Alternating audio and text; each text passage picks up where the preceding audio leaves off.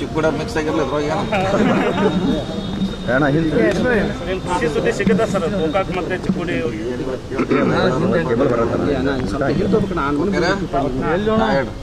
ಖುಷಿ ಸುದ್ದಿ ಸಿಗುತ್ತಾ ಸರ್ ಚಿಕ್ಕೋಡಿ ಹಾಗೂ ಗೋಕಾಕ್ ಜನರಿಗೆ? ನಾವು ನಮ್ಮ ಸರ್ಕಾರ ಬಂದ ಮೇಲಿಂದ ನಾವು ಒತ್ತಡ ಹೇಳ್ತಾ ಇದ್ದೀವಿ ಎಲ್ಲರೂ. ಸೊ ಈಗ ಸರ್ಕಾರ ಅಂತಿಮ ಆಗಿದೆ ಅಂತ ಶಾಸಕರ ಮಾಡಬೇಕಂತ ಅಭಿಪ್ರಾಯ ಇದೆ. ಇವತ್ತು ಕೂಡ ಗೋಕಾಕ್ ಜಿಲ್ಲಾ ನಿಯೋಗದವ್ರು ಬರ್ತಾ ಇದ್ದಾರೆ. ಇದಾಂತರ ಮಂದಿ CM ಬೆಂಗಳೂರಾಗ ಹೇಳಿದ್ರು ಎಲ್ಲ ಶಾಸಕರು ಒಂದು ಸಾರಿ ಕರೆದು ಸಭೆ ಮಾಡ್ತಾರೆ. ಬಹುಶಃ ಈ ಅಧಿವೇಶನದಲ್ಲಿ ಕರೆದು ಮಾತಾಡಿದಾಗ ಏನು ಔಟ್ಕಮ್ ಬರ್ತದೆ ನೋಡೋದು. ಸರ್, ಪ್ರಮುಖವಾಗಿ ಅಧಿಕಾರ ಹಂಚಿಕೆ ಬಗ್ಗೆ ಯಾರೂ ಕೂಡ ಮಾತಾಡಬಾರ್ದಂತೆ ಹೈಕಮಾಂಡ್ ಹೇಳಿರುವಂಥದ್ದು.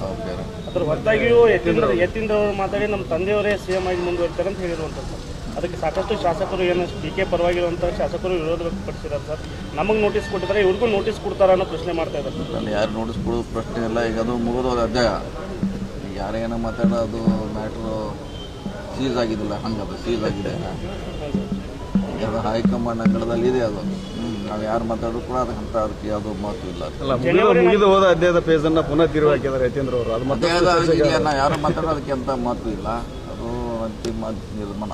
ಇವತ್ತೊಂದು 4-5 ಜನ ಶಾಸಕರು ಜನವರಿ ನಂತರ CM ಬದಲಾವಣೆ ಆಗ್ತಂದ್ರೆ ಮತ್ತು ಹೇಳಿಕೆ ನೀಡಿಲ್ಲ. ಇಲ್ಲ, ಅದನ್ನ ಹೇಳೋಕ್ಕಾಗೋಲ್ಲ. ಈಗ ಹೇಳುವಂಥದ್ದು ಈಗ ಅವಶ್ಯಕತೆ ಕೂಡ ಇಲ್ಲ. ಈಗ ಸರ್, ತಾವು DKಶಿ ಅವ್ರ ಜೊತೆಗೆ ಚರ್ಚೆ ಮಾಡಿದ್ರಿ ಸರ್, ರಹಸ್ಯವಾಗಿ ಸಭೆ ಮಾಡಿದ್ರಿ.